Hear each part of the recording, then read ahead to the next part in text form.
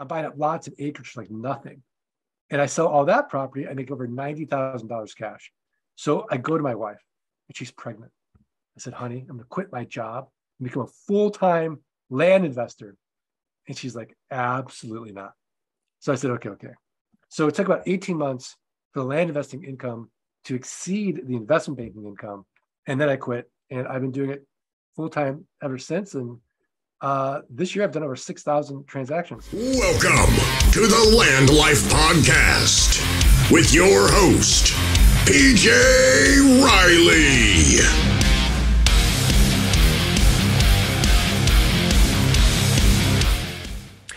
Hey guys, welcome to the Land Life podcast. My name is PJ Riley. Guys, I usually start the podcast by saying, if you get value, if you are learning a lot from this podcast, leave a like, subscribe, leave a comment.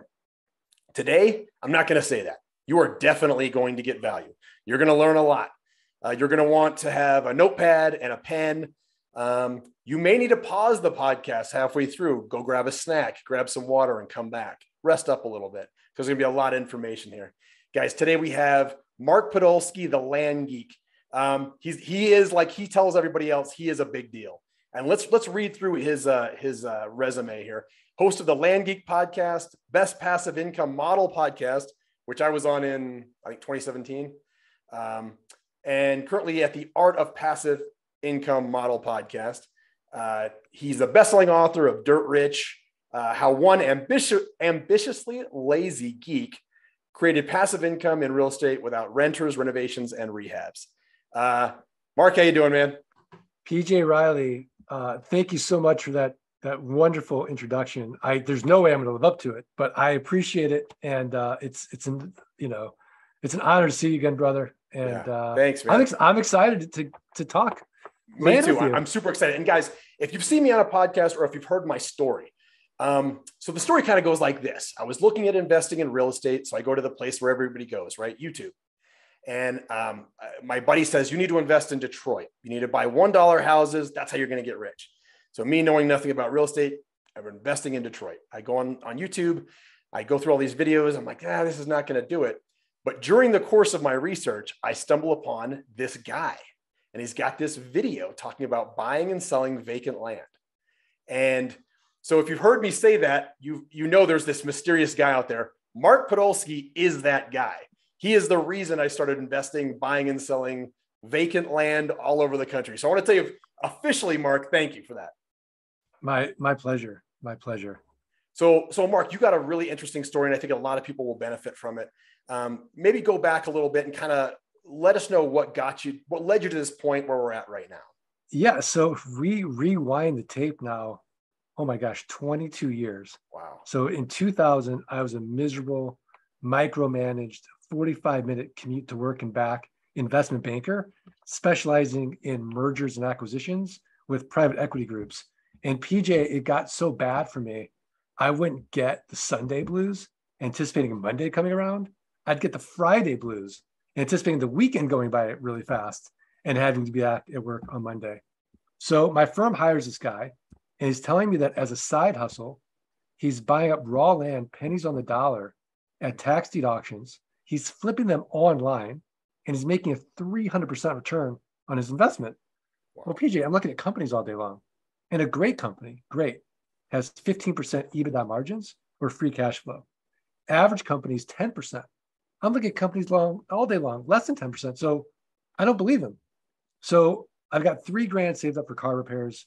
I go to New Mexico with him to an auction. I do exactly what he tells me to do. I buy 10 half-acre parcels, an average price of $300 each. I flip them online, and they all sell for an average price of $1,200 each. It worked, 300%. So I took all that money, went to another auction, and this is in Arizona where I live. And again, it's 2000. There's no one in the room. I'm buying up lots of acreage for like nothing. And I sell all that property. I make over $90,000 cash. So I go to my wife, and she's pregnant. I said, honey, I'm going to quit my job and become a full-time land investor. And she's like, absolutely not. So I said, okay. So it took about 18 months for the land investing income to exceed the investment banking income. And then I quit. And I've been doing it full-time ever since. And this year I've done over 6,000 transactions. Wow. 6,000 transactions in 1 year after being in the business for 20, you said 21 years? 22 years now. 22 years. And you're still doing deals today, right now. It's funny you say going to your wife and asking her if you could quit your job. I just didn't tell my wife. I just bought the first couple of properties and told her, hey, guess what? We own land. So, Yeah. No, I mean, there's a whole debate about forgiveness versus permission. Absolutely. But I was very young when I started. I didn't know. True. That's true. I could do it. If I could do it again, I could do it again. That's the way I would have done it. Okay. So from that point to this point, you're going to need a lot of like help and assistance to get to that point. Like, how did you, when you started doing all those deals at the auctions, from that point, did you ask other people for help? Did you build a team? Like, what got you to 6,000 in a year? So I was doing everything myself. I mean, I'm really in the beginning, I'm like, this is just like it felt like a business to me, right? So I'm making my own hours. Everything I'm doing is for me. And I had a mentor, Uri, and Uri had sold his company for $360 million. And his mentor was a billionaire. It's a crazy story. So I go meet Uri for coffee, and I'm kind of, humble bragging to him a little bit about my great business. He's like, stop. He's like, do not call yourself an entrepreneur. You're insulting me. I'm like, what are you talking about? He's like, you're doing everything. He's like, how is this a business? He's like, what happens to your so-called business if you die tomorrow? What happens to your family? I'm like, yeah. Oh. So then with his help, I started systematically building systems, processes, software. And now we're 90% automated with inexpensive virtual assistants, software on the front end and software on the back end. Okay. So you're using VAs from, do you have your own VA company? Are you like bringing in your own VAs? Are you finding them on Upwork? It's so funny because I did have my own VA company in the Philippines. I hated that business. It's thankless. So I got rid of that. I still keep that team, but I don't have it as a business anymore. Yeah. But one of my coaching clients, Pete and Anthony, started a company called Land VA for You. And they're in Jamaica. And we use them and they're great. Wow. Land VA for You. Okay. So you have VAs. What about like buying the properties? Are you, Mark, going online, researching, hey, what county do I want to buy in? And then starting the machine from there, or is somebody else doing that for you? Yeah. So I'm really chairman of the board now. And I kind of just think everything's set up. I've got people in place who are doing everything. I'm probably working a half hour a week in the investing business today.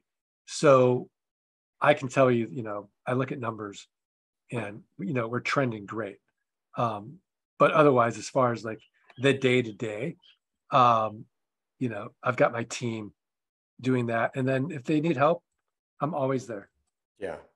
Yeah. So I talk to a lot of people that are also in our business. When you're in the land business, it's a pretty small group, right? You meet all the guys, all the people who are involved in it.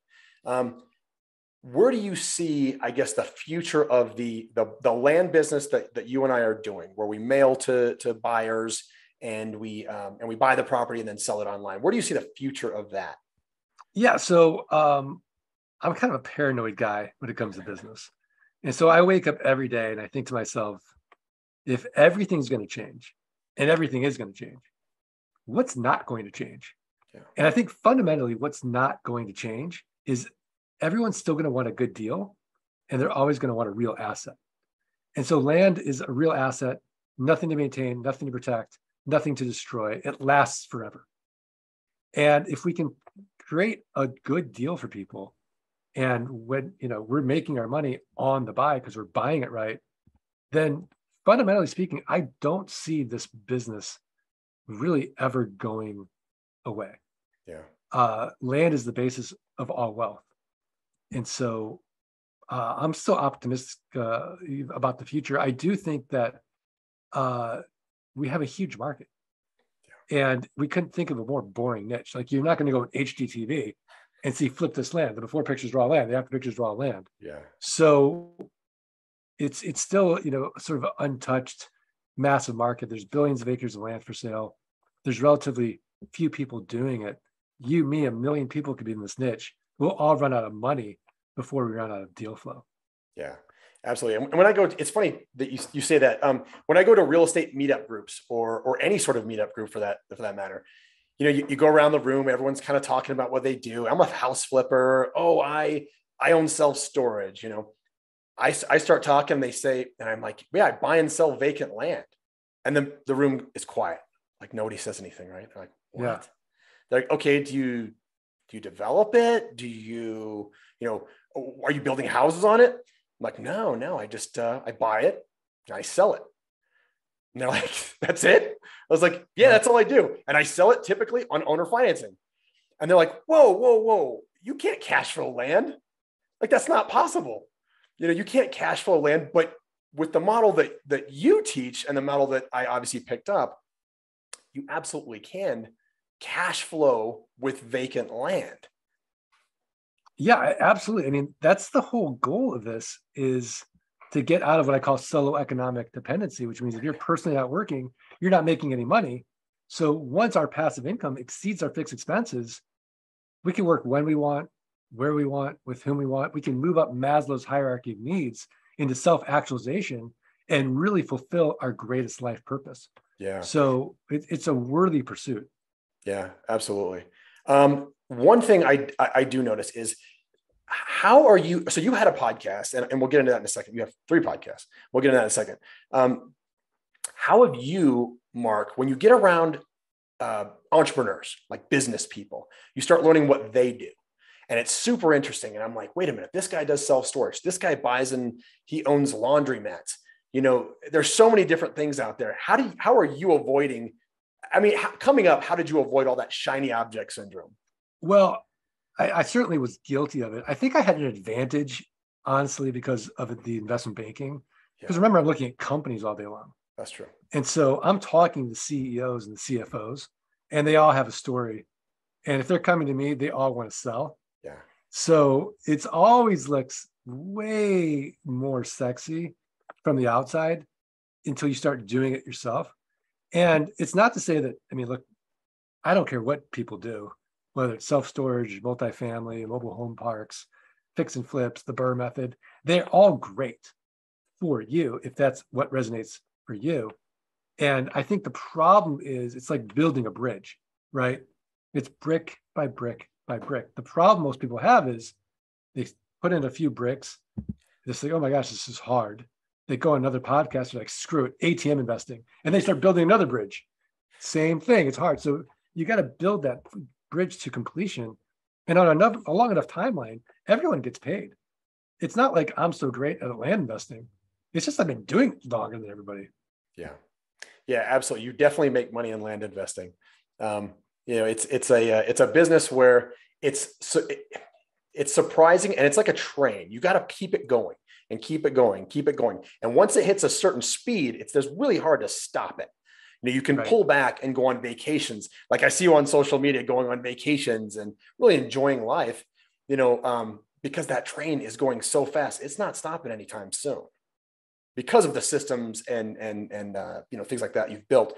What is, so those guys that build that house, they're going brick by brick, and then they see a new video. It's crypto investing. That's way more interesting. Oh my gosh, all these cool guys are doing it, and they drive Ferraris and Lamborghinis. How do I get into that? I'm just going to go over there. What did they do wrong in land that caused them to just quit? Well, I don't think they did anything wrong. I think that it's just human nature that when something's hard, we want to look for something that might be easier. Yeah. And so there's, these what we call hot cognition points. Like you'll never see my marketing where it's, me on, in front of a Ferrari or, in front of a luxury home or a beach with the implicit sort of message being, hey, if you have all the, if you get into this business and you pay me for a training, right, you'll get all these, wonderful things. So there's nothing wrong with any of those things, but none of them will make you happy. So I think it's 2 different skill sets. The first skill set is how do you build a business? And then the second skill set is how do you be happy? But I think the big illusion in life, the big delusion we all have is that once I get this business to this point, then I'll be happy. And there's a great book out there by David Brooks called The Second Mountain. And so the first mountain is very egoic, right? Your parents raise you, you want to get a good education, a good job, you want the nice house, the nice car, the nice vacations. You get up to the top of that mountain, and then you're like, it's like empty. And so then you transition to the second mountain, which is purpose driven. It's about vocation, your calling. It's about your relationships. It's about your community, and it's about spirituality. And so that's a much harder mountain to climb, but it's way more fulfilling. Yeah, absolutely. Absolutely. Money. And I think it's super, because of social media, because of Instagram and things like that, I see a lot of people that are just drawn to that financial side of everything, right? It has to be money. It has to be fancy and flashy. And, it has to have a Lamborghini attached somewhere in there, or it's not legitimate, right? It's just not real if the guy's not driving a Lambo into the commercial. Yeah, exactly. I mean, I think when you're younger, you're more susceptible to that. But as you get older, you start really cementing your identity and your values, you realize none of that is really going to make you happy. It is impressive to your neighbors or a friend, but you get to a certain point in life, like you kind of don't care what other people think anymore. It's like, what do I think? Yeah, absolutely. And after a while, I mean, I really don't care about impressing my neighbors.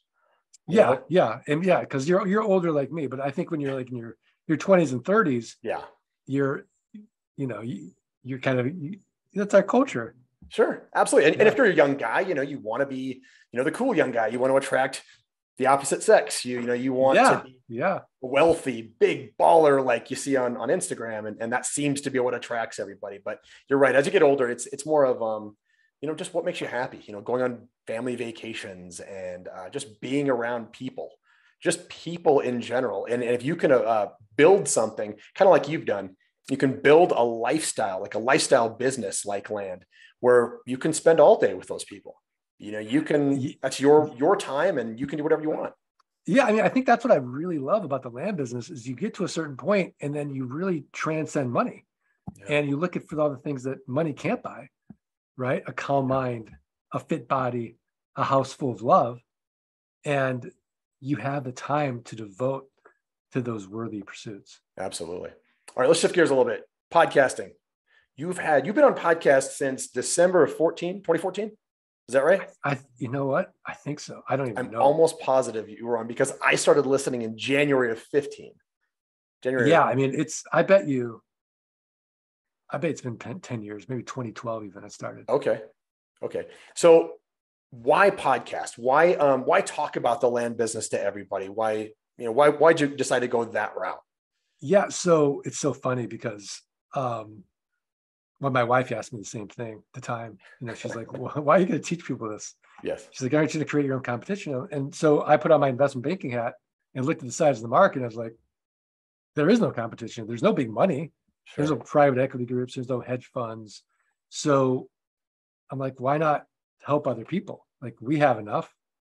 And, there's nothing more gratifying, I think, than when someone says, hey, PJ, Mark, you changed my life. So it's just an abundance mentality. Sure. And really my land business has only grown since I started sharing my knowledge and helping other people. So Joe Polish has this great book out there called Life Gives to the Giver and Takes from the Taker. And I really believe that. Yeah. And right. So, the more you give, the more you get. And I'd say that for me, podcasting was just a great way to share my journey as I've evolved the land business. And those early podcasts are very technical, and we're talking about a lot of the technical pieces of it, and we still do that on the Roundtable podcast. But then I can talk to other experts in other areas and integrate. Well, how do you just become a better entrepreneur and land investor in general? Yeah, and I think as a podcaster too, my wife said the same thing to me. She's like, "Why are you doing this?"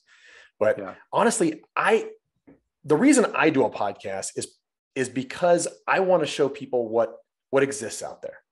And a lot of times guys like me don't know. We go to work every day, we do the job, we try to do it our best, but we don't know what really exists out there. We don't know how guys like Mark Podolski are doing the vacations and hanging out whenever he wants. So kind of like that's where I learned that kind of stuff, was those original podcasts, that you could buy and sell land and make a ton of money on it. And, you like you said, it was all about, the mechanics of it. Now as a podcaster, I feel like I learned from the guests that come on. There's so many different things that I can incorporate in my business and my life. So it's kind of nice there. So you moved from the Land Geek podcast to the Best Passive Income Model podcast, where at the very end, you asked everybody, is land the best model? And honestly, that was the best podcast. That was the hook that just brought so many eyes into the land business. Who came up with that idea to finish every show like that? I came up with that idea. I started getting bored with just myself and Duran kind of talking about land. And I want to start interviewing other people. And so I thought, well, what if I walk them through the model and just ask them, do I have the best passive income model? Yes. And so, 90% of the time they were layups. Like, oh yeah. I remember interviewing Grant Cardone. Yeah. And he's like, yeah, it's good. It's good. I'm like, come on. Is it just good or is it the best? He's like, oh, it's good. He would say it. Yeah. So yeah, that one was kind of more memorable, but who else was on there? I forget, but I remember everybody back then. Yeah. We had a lot of really great guests, and so it was like, you don't have depreciation. I'm like, yeah, I don't have depreciation because I don't have depreciation. I don't have to fix a house. It's great. It lasts forever. There's nothing to fix. So, but if you use a self-directed Roth or self-directed SEP, you can still get tax advantages as you grow your 300 to 1,000% returns. Sure. Tax free or tax deferred. So yeah, absolutely. So now the new podcast, the Best Passive Income, the Art of Passive Income Model podcast is it's a lot of team, like a team atmosphere kind of, right?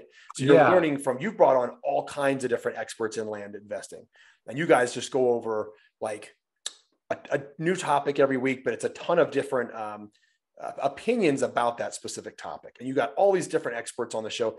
Are all those guys, did you meet them through your podcast, your land? How did you they're all land geeks. So they all went through the training and they all have their own land business, and they all have done so well that they've got the time now to talk to me about land. And we all have a passion for the business, and we'll talk about various pain points and should you flip for cash? Should you flip for terms? What's how much money should you have when you get started? Do you charge a doc fee? So we'll talk about all these different issues. There's so much to talk about that people have, and it's endless. There's so much to talk about. Yeah. Mindset even we'll talk about. Yeah, absolutely. There's so many different things. You've really made it, Mark, when your show has an offshoot show, right? There's other guys on your team making their own show. And there's what's the one, the Scott Bossman and they have their nightcap. Yeah. So what Mark has this team, and they are on his show, and then they've made their own show, basically talking about land at night, and they have a nightcap and talk about it there. So you've really made it when your own people are making an offshoot of your show. So podcasting, land investing, 6,000 deals, and you wrote a book. I mean, the book is all encompassing, shows you everything about Mark. What made you want to go in and write a book? I hear there's no money in books. There's no money in books. I hear it all the time. There's no money. Yeah, I just wanted something to outlive me. So I like the idea. I mean, the same thing with land. Books are great in the sense it's a one-time build, and then you can continue monetizing it in a sense that you don't make money on book sales, but you can certainly make money if you have a funnel and bring people in that way. Yeah, absolutely. Yeah. The book's called Dirt Rich, guys. Make sure you go out and get it. I have it on Amazon, on Audible. I got it on Audible. So excellent book. Mark, what's the future look like for Land Geek? Like, where are we going next? I've got the second book coming out soon. Oh, Dirt Rich 2. Let's talk about that. Yeah. So it's going to be how to scale your land business. And, the pieces in place, the virtual assistants, the software, and making yourself bulletproof. So that should be coming out in the next few months. Okay. And then it's just about Kaizen, continuous improvement, and just kind of getting better at what we're currently doing and teaching people how to do that. And as we discussed before, things are constantly changing. Technology is getting better. And, looking at those different ways to scale, create more opportunities, build our passive income so we can just be completely free. Yeah. Do you have a coach, Mark? So like even someone at your level, are you finding somebody at a higher level who's coaching you? Yeah, always. I mean, I've got 2 mastermind groups that are I'm in, and then I have sniper coaches. So I have a coach for, just about every part of my life. So if you look at the spokes in the wheel, I've got a coach for health. So I've got a personal trainer. Okay. I have a yoga instructor.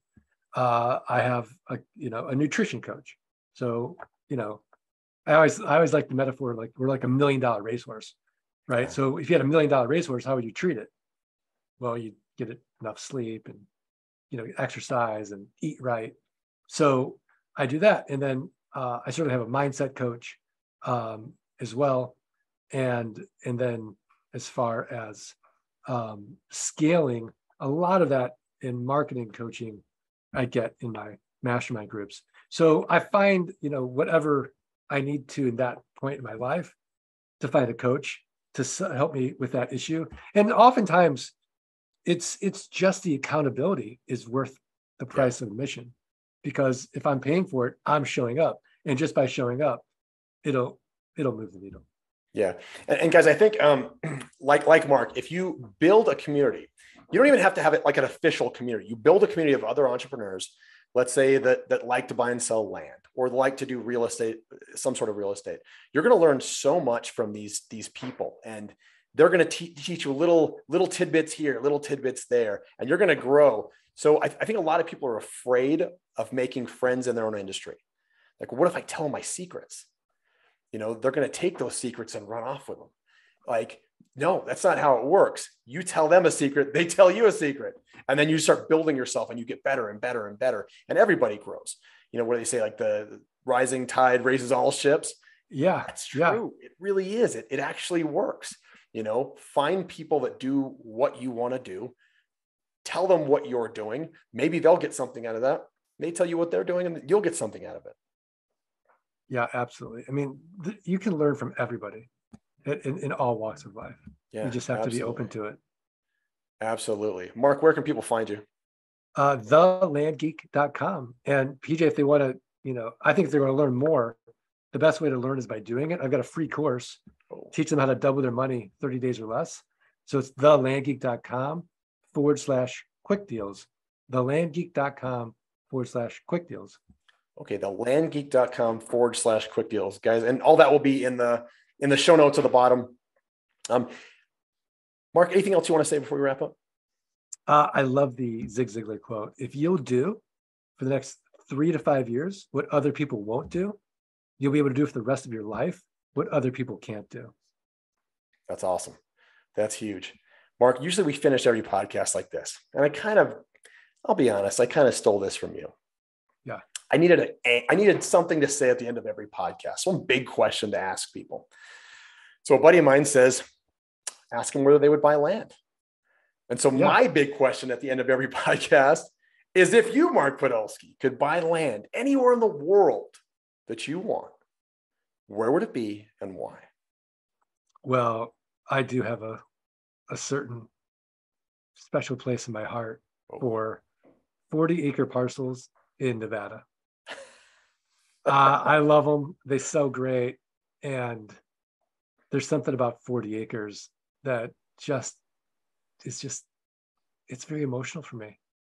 It's not to say, otherwise, like I don't really care. I'm kind of, opportunistic. I'll buy anything 25, 30 cents a dollar.